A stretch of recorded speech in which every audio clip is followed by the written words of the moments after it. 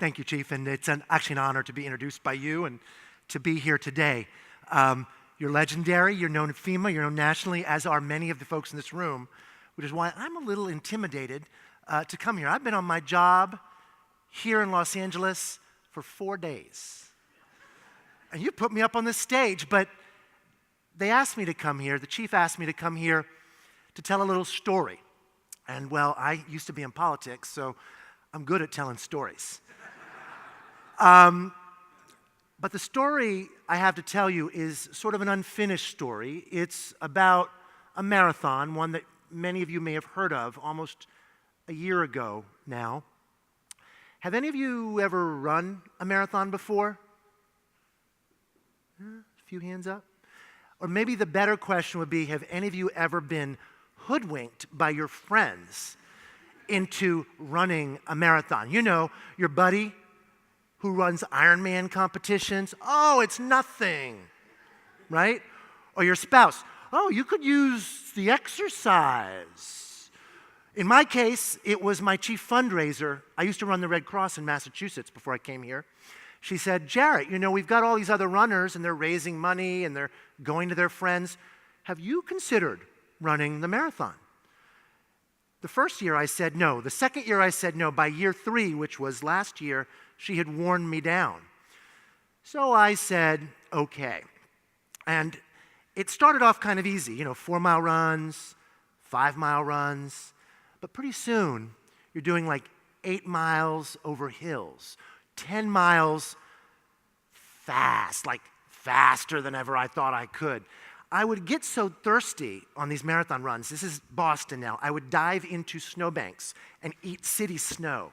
The most disgusting thing, almost as disgusting as those little like goopy things, this little liquid that the muscleheads at the gym call nutrition, that they give you to carry in your pocket. You get so hungry. There's nothing sexy about running a marathon. So the day that I actually hit 20 miles in running my marathon, I was pretty darn excited. I never thought that I could teach my head to teach my body that it could actually take so many steps without stopping. I'll never forget it either because it was also the day after my doctor told me I had a lump in my throat. The day after, I begged her to wait on the surgery until after the marathon. That's how it gets into your head. So when race day finally comes, that's our team, when race day finally comes, whatever marathon you're running, it's pretty exciting. For me, in the Boston Marathon, it was a little bizarre too. They have these big pins. It's kind of like livestock. It's kind of like being a cow going off to the slaughter. They open the door and you're out. Lemmings over the cliff. And then it's you, your iPod, and asphalt. Mile after mile, water stations, mile after mile, kids slapping you 5 on the side of the road, mile after mile, Gatorade stations, mile after mile, drunken revelers, yay, falling into the race course. Mile after mile of Red Cross first aid stations, taking care of the folks that didn't quite train enough or had a mishap along the way. And it's mile after mile of solitude, the kind of solitude that comes not because you're torturing yourself, but the kind of the experience of being zen, the sameness of it all. Every step is like the last step. The kind of stuff that you're telling yourself along the way, you're going to finish the race. Just focus. Stay in the moment, and you will finish. And when the pain comes, and for anybody running a marathon, it will come. It's remembering those two things, that your body is controlled by your mind, and that you will finish the race. For me, in my marathon last year in Boston, the pain came a little sooner than for other people. I hurt my leg a couple weeks before the race. and I wasn't going to quit. So I ran with a lot of Advil, and by about mile 13, I was in pain. By mile 15, I'd taken advantage of one of those Red Cross first aid stations to wrap my knee. By mile 20, right about here, just before what they call Heartbreak Hill, which was pretty heartbreaking for me, just about here, I began to tell myself, I'm not going to be able to finish this thing. My mind stopped telling my body that we were going to get there. But I said to myself, you have to go at least as far as mile 23. You have to go at least as far as reaching Heidi. She's kind of cool, that Heidi. Heidi's my pal. Like most of us who've run marathons, for the first time, she's my pal who told me just what I needed to know about running. She'd run 5 marathons, 3 Boston marathons. She knew what she was talking about. She said, Jarrett, one night over dinner, you're going to need somebody right about mile 23 because you're going to be in bad shape. And you want to have that person meet you there and jump into the race. They call them bandits. Jump into the race and finish the race with you, to talk you through that finish line, or else you're going to be in bad shape and you may not make it. So I said to Heidi, you seem to know what you're doing. Run with me. And now at mile 21, I knew she was waiting for me. And so step by step, I made it. In the worst pain of my life, I knew that I was going to have to break the news to her that at mile 23, where she was waiting, I was going to be quitting. So I ran down Beacon Street, past Boston College, up to Coolidge Corner, right to that mile marker, and she saw me, and she ran out there, and she said, Jarrett, I know you don't want to finish this race, but we're going to finish. And you know what? You're going to hear a great story about my trip last year to Africa. Just listen to me as I tell you about what it's like to touch a rhinoceros, and we're going to finish the race. She didn't listen to me. I never had a chance to tell her I was quitting. And off we went, a little slower than my pace, I'd hoped my pace would be at that point. But we made progress down Beacon Street, all the way through Audubon Circle. You could see Fenway Ballpark off to the right. The game had just gotten out, and those who'd watched the game had come to line the racetrack, cheering us on.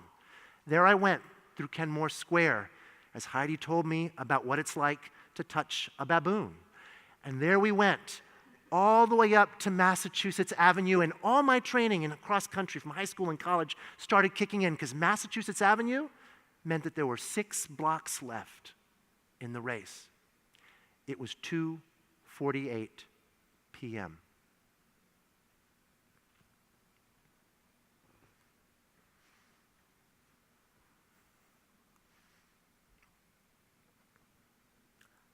I got to Massachusetts Avenue. Well, I didn't quite get to Massachusetts Avenue. There were 30 or 40 runners in front of me at Massachusetts Avenue, and they weren't moving. And I didn't understand it. In my head, there was one word: finish, finish, finish. There were guys in yellow jackets waving at all of us, a guy in blue yelling at me because I'm pushing through the other runners. All I could think was finish.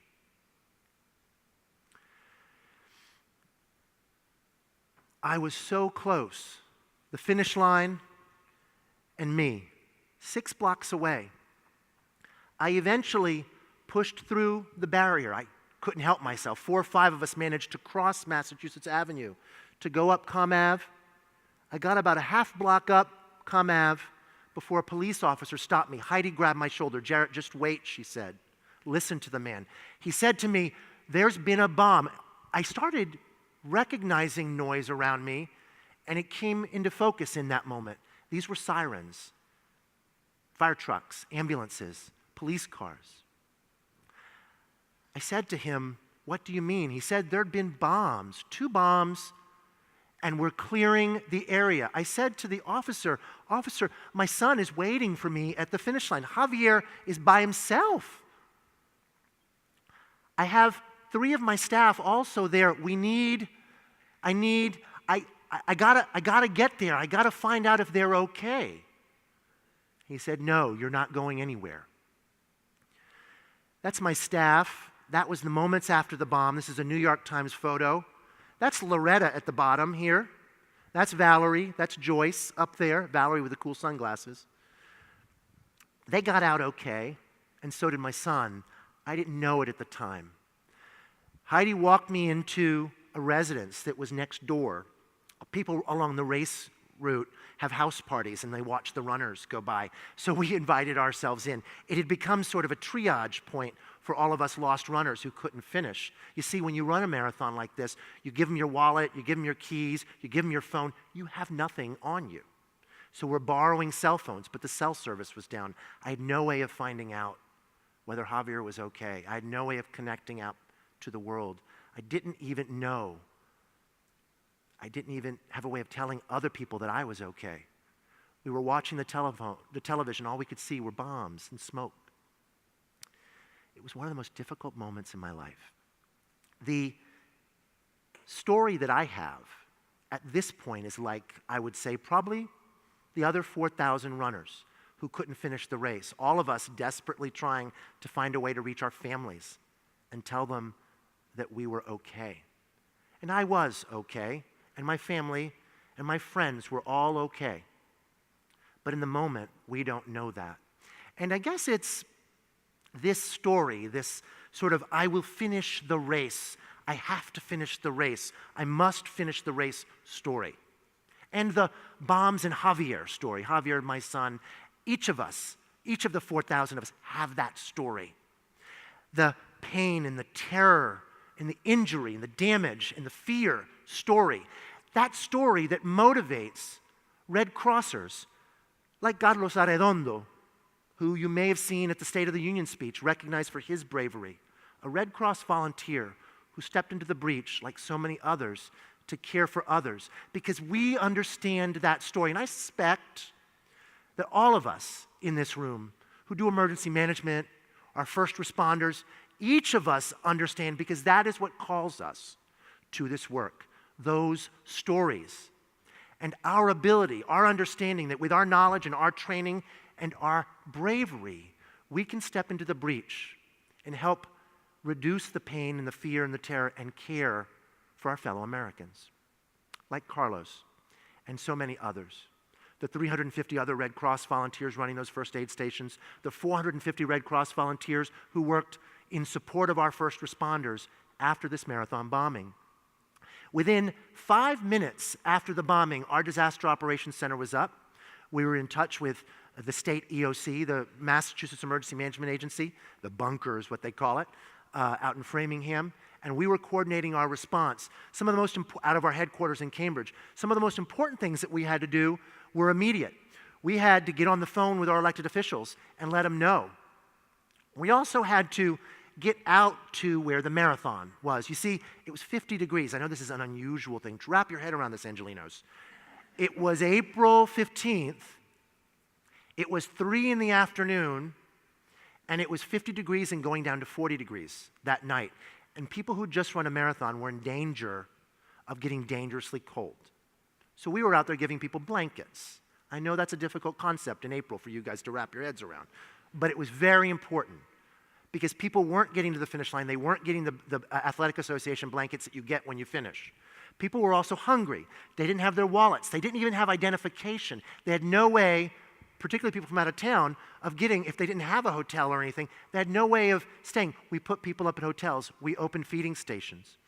In the days that followed, we worked with our first responders because it became a crime scene, Boylston Street. Can you imagine shutting down 8 blocks of Wilshire Boulevard and making it a crime scene? And all the resources that were brought to bear because this was a terrorist attack. We worked with them and we fed them and we supported them, as well as going to the spontaneous monuments that were erected, people dedicating cards and flags all along the race route, but particularly along Boylston Street. People coming and cathartically crying, and disaster mental health volunteers from the Red Cross supporting them. Then you may recall there was this a lot of people were actually injured, not just the 3 fatalities, but there were hundreds of people who were hospitalized, over 100 seriously, over 100 who would be maimed for life. We began working with their families. The only source of financial assistance for those folks between April 15th and the day the One Fund, which was a philanthropy that came together, began awarding monies to victims on July 1st, the only source of financial assistance was the Red Cross. We worked in partnership with FBI victim assistance, with the Attorney General, with our police and fire at a family assistance center to provide aid and support. We brought in the Registry of Motor Vehicles because there were families that were going to need handicap plates, or to figure out how was it they were going to put ramps. We got financial assistance for them in all of these different ways. It was truly, for us, an extraordinary response. And then 4 days later, we were all on lockdown. Who knew this would happen? 5 blocks from our headquarters in Cambridge, a police officer was shot on the MIT campus. Another half-mile away down Memorial Drive, there was a holdup, a carjacking, a shootout. And then the town of Watertown next door was on lockdown. Hundreds of people unable to go to their homes. Obviously, we supported the lockdown, but we had to take care in support of the police effort. We took care of hundreds of people at the Watertown Mall and at the police station in Watertown, people who couldn't get back in. We launched a public service campaign to tell people who needed to talk to someone to call the 1-800 Red Cross number if they needed to talk about their pain, their anguish, to work their way through. All in all, almost 50,000 meals were provided to first responders, residents, and families. We had supported 78 vigils, lots of volunteers helping about 3,500 folks who had mental health concerns after this in our Family Assistance Center. It was a tough day, but I got to tell you, my limp is now gone. My thyroid is actually also gone. And as this very good, very bad day fades into memory, I have never been prouder, and this will never fade, of the Red Cross and the people that we work with, our first responders, our fire, our police, the FBI, the people that we worked with in emergency management, in coordinating what from Massachusetts was our largest disaster response since the blizzard of '78. Blizzards are these things with snow and wind that are actually quite dangerous. Some of you may have been skiing. It was a story which I guess had a happy ending in that there was a conclusion to all this.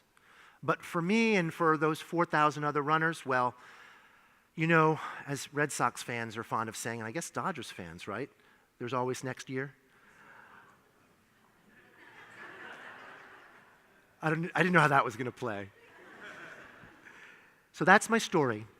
And I'll just conclude with this. Storytelling and the power of telling stories is so important in our line of the work at the Red Cross, but I believe in anybody who responds to disaster, because there is that human component, that story that each of us have, each of us who might be victims, might be afraid, might need information. Our Bombs and Javier story.